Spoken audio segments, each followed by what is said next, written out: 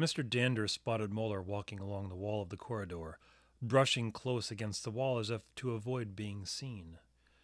Mr. Dander thought nothing of this, for the moment, and passed Moeller without greeting him. Mr. Dander was a very old man. Mr. Dander was so old, it was tough to tell the man's skin from the dirt on the walls and the dirt on the floor. His fingernails were packed with dirt. What he scraped from his skin when the tickle irritation of the layers of filth caused him more than average discomfort. This chronic discomfort defined the man, a man of discomfort and irritation, his eyes hypervigilant to anything which could increase his discomfort, to add to his discomfort. His discomfort was his one possession, his one prize he valued above all other prizes presented to the fortunate denizens of the catacombs. Mr. Dander was a representative of the 85th rule of burden. A man in possession of the greatest anguish is the purest form of man. It is by this possession that Mr. Dander had contact with the most fleeting of spectres in the deepest reaches of the catacombs, the members of authority. And this was only through a contact who was in contact with yet another agent who was again in contact with someone associated with a member of authority, but not directly. Mr. Dander had never seen authority, consistent with every other man in the catacombs. What was the single most impactful creature a man never sees throughout his life in the catacombs? His mother was the second most impactful creature a man never sees. Even immediately following his birth, throughout his life in the catacombs, authority was the first. There was authority. Even if a man didn't see the brain behind the muscle, there was authority.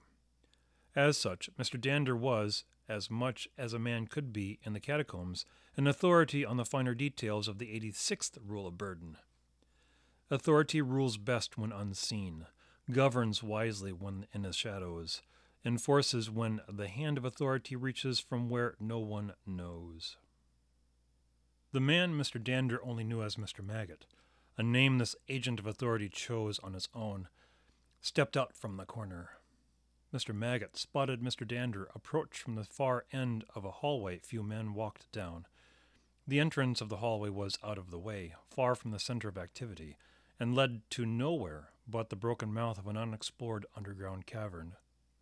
It was the best place to meet context within the general compound population, as it implied the agents of authority came from that unexplored cave. Far from it, the few who dared explore those caverns never returned. It was assumed to be underground aquifers and pools, likely from where the great well drew from. Without natural light, any explorer would only feel where he was, and only know where the deep cold water was upon falling in. Still, the cavern opening was impressive enough to impress upon his contacts the magnitude of the authority they communicated with. Mr. Maggot gave no greeting as he stepped out of the shadow. Mr. Dander offered no greeting, posing an awkward stoop next to the elongated frame of Mr. Maggot. Peculiar to Mr. Maggot was his proportions. Less in tune with his namesake, what was a stout and stubby pale worm that fed on dead flesh, Mr. Maggot was unusually tall, with a long neck and narrow shoulders, topped by a squarish head. Mr. Maggot looked more like a bedpost than a maggot. There are reports of thefts from the processing plant. Mr. Dander, as much as he was old, he was also painfully stooped. He looked up at Mr. Maggot. This all is already known. It isn't understood yet if the culprit comes from the catacombs or the click farm. Maybe from the outer ruins? There is still utilities at the research camp. I hadn't known. Mr. Maggot didn't look Mr. Dander in the eye. Contact with the camp is rare, mostly due to the distance, and that messengers have to cross through the click farm. There are many utilities who refuse the risk of going to the click farm, even when they are assigned to work there. 18th rule of burden, no utility may refuse an order from his superior. Mr. Maggot looked down at the old man, making eye contact for the first time. The two had been meeting in the same dead-end tunnel for months, exchanging information. Mr. Dander looked forward to the meeting, to illustrate to a figure of authority his devotion and his utility, and for the cool, damp draught that came from deep within the holes of the rock. Rule 19 of the Rules of Burden, Mr. Dander quoted, "The only name a man may be called at birth and death is utility, as no other name has equal meaning." Maggot glared at Dander. "Are you a good utility?" "I spend all my time to find all of this out." Mr. Dander, being predisposed to irritation, thought nothing of questioning his superior, wringing his hands.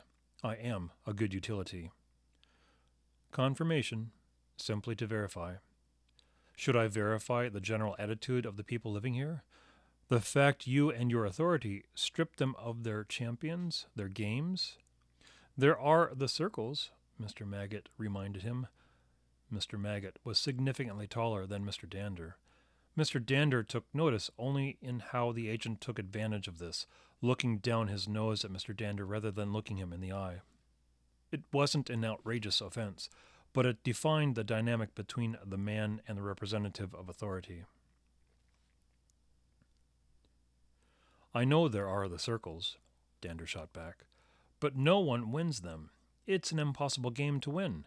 In fact, a man who played the circles is guaranteed to be punished because he can't help but lose points." "I don't see a problem with that. Perhaps they could improve their skills." "It's not about skills." Dander lifted himself on his tiptoes to get some equal footing. "The game is impossible to win." Mr. Maggot shook his head. "I think that as an excuse." Maggot rubbed his hands together. Mr. Dander watched Mr. Maggot step back into the shadow, implying the meeting was done. "I think there is some suspicious activity. I'm not sure, but I think one of the carrier secondaries is up to something suspicious. He was acting suspicious. I gave it no thought when I saw him, but that I think about it now, he was acting very suspicious." Dander watched the man hesitate, halfway in the shadow.